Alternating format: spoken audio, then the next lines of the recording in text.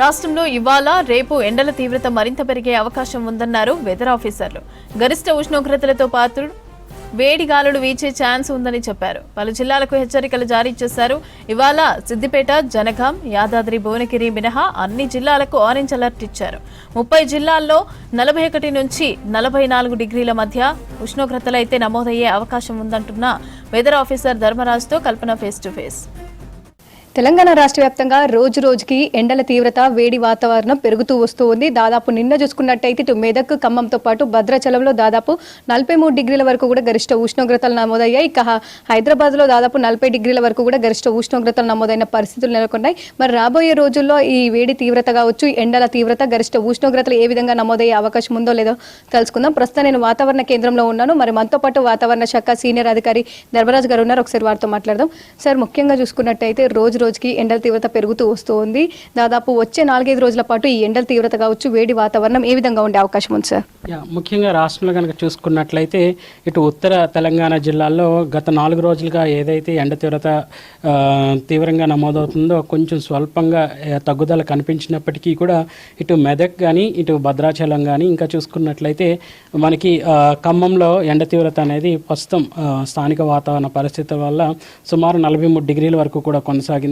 గత 4-5 రోజులుగా నమోదైనటువంటి ఆదిలాబాద్లో కానీ, నిజామాబాద్లో ఉన్నటువంటి ఎండ తీవ్రత స్వల్పంగా తగ్గుదల పట్టి ప్రస్తుతం కనుక చూసుకున్నట్లయితే 42 డిగ్రీల వరకు కూడా ఈ రెండు ప్రాంతాల్లో కూడా కొనసాగుతుంది. ఇంకా సిటీ పరంగా కూడా చూసుకున్నట్లయితే స్వల్ప హెచ్చుదల అనేది కూడా కనిపిస్తుంది. ఒక విధంగా చూసుకున్నట్లయితే సిటీలో సుమారు 40 డిగ్రీల వరకు కొనసాగుతుండగా రాజేంద్ర నగర్లో కూడా సుమారు 40 డిగ్రీల వరకు కూడా ఉష్ణ తీవ్రత అనేది కొనసాగుతుంది. ఇంకా పటాన్ చెరు, హైత్ నగర్లో అయితే సుమారు 39 డిగ్రీల వరకు కూడా ఉష్ణ తీవ్రత అనేది కొనసాగుతుంది.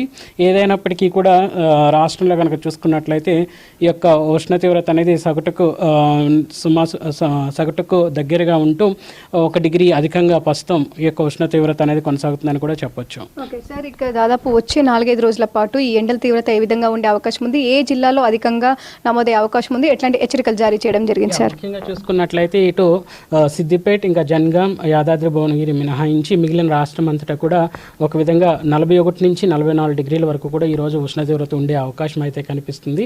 రేపటికల్లా కూడా చూసుకున్నట్లయితే ఈ ఇందాక సూచించినటువంటి జిల్లాలు సిద్దిపేట కానీ, జనగాం కానీ, యాదాద్రి, భువనగిరి, ఇంకా సిటీ పరంగా మేడ్చల్, మల్కాజ్గిరి సిటీ కొంచెం స్వల్ప తగ్గుదల కనిపించి ఇటు మహబూబాబాద్, ఇంకా జయశంకర్, భూపాల్పల్లి, మూల్గు, భద్రాద్రి కొత్తగూడెంలో కూడా తగ్గుదల కనిపించి మిగిలిన రాష్ట్రంలో ఉన్న మిగిలిన జిల్లాలన్నీ కూడా 41 నుంచి 44 డిగ్రీల వరకు కూడా ఎండ తీవ్రత కొనసాగుతుంది.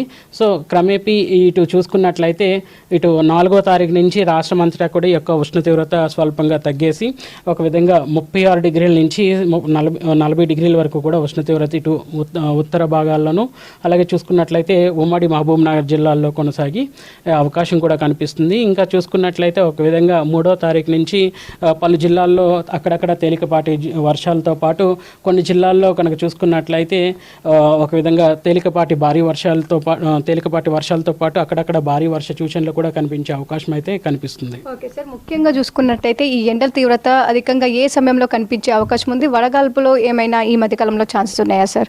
ప్రస్తుతం కనుక చూసుకున్నట్లయితే వడగాల్పుల తీవ్రత అనేది చాలా తగ్గిందని చెప్పాలి. ఎండ తీవ్రత కనిపిస్తున్నప్పటికీ కూడా వడగాల్పులు వీచే అంత అయితే లేదనే చెప్పాలి.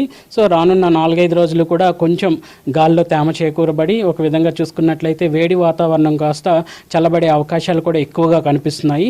సో ఏదైనప్పటికీ కూడా ఈరోజు ఇటు ఉత్తర భాగాల్లోనూ, దక్షిణ భాగాల్లో కూడా ఎండ తీవ్రత కొనసాగినప్పటికీ కూడా సాయంత్రం వేళ అక్కడక్కడ తేలికపాటి వర్ష సూచన అనేది కనిపిస్తుంది. ఓకే సార్, ఇక వర్ష సూచన అని చెప్తూ ఉన్నారు. వర్షాలు కురవడానికి గల కారణాలు ఏంటి? ఏమైనా సినాప్టిక్ కండిషన్స్ ఉన్నాయా, లేదంటే లోకల్ కండిషన్స్ వల్ల వర్షాలు పడే అవకాశం ఉందా సార్? ప్రస్తుతం కనుక చూసుకున్నట్లయితే రాష్ట్రంలో ఒక ద్రోణితో పాటు ఈదురుగాల ప్రభావం కూడా స్పష్టంగా కనిపిస్తుంది. ప్రస్తుతం ఇది సముద్ర మట్టానికి 900 మీటర్ల ఎత్తులో కొనసాగుతుంది. సో గత 2 రోజులుగా కూడా ఈ యొక్క ద్రోణులు కానీ, అలాగే గాల్లో ఉన్నటువంటి అనిశ్చిత అనేది కూడా కొనసాగుతుందని కూడా చెప్పొచ్చు.